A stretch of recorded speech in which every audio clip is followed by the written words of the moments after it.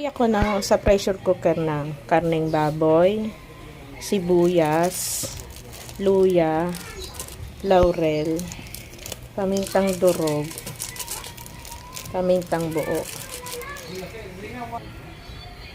asin, tapos pakukuluan lang natin yan. Ang lulutuin natin ngayon ay nilagang baboy.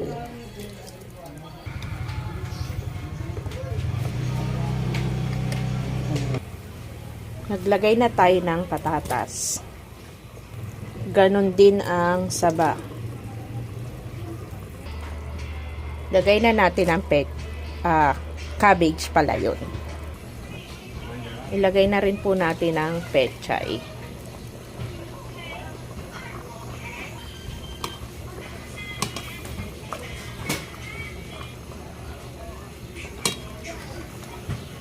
Naglalagay din pala ako ng suka sa amin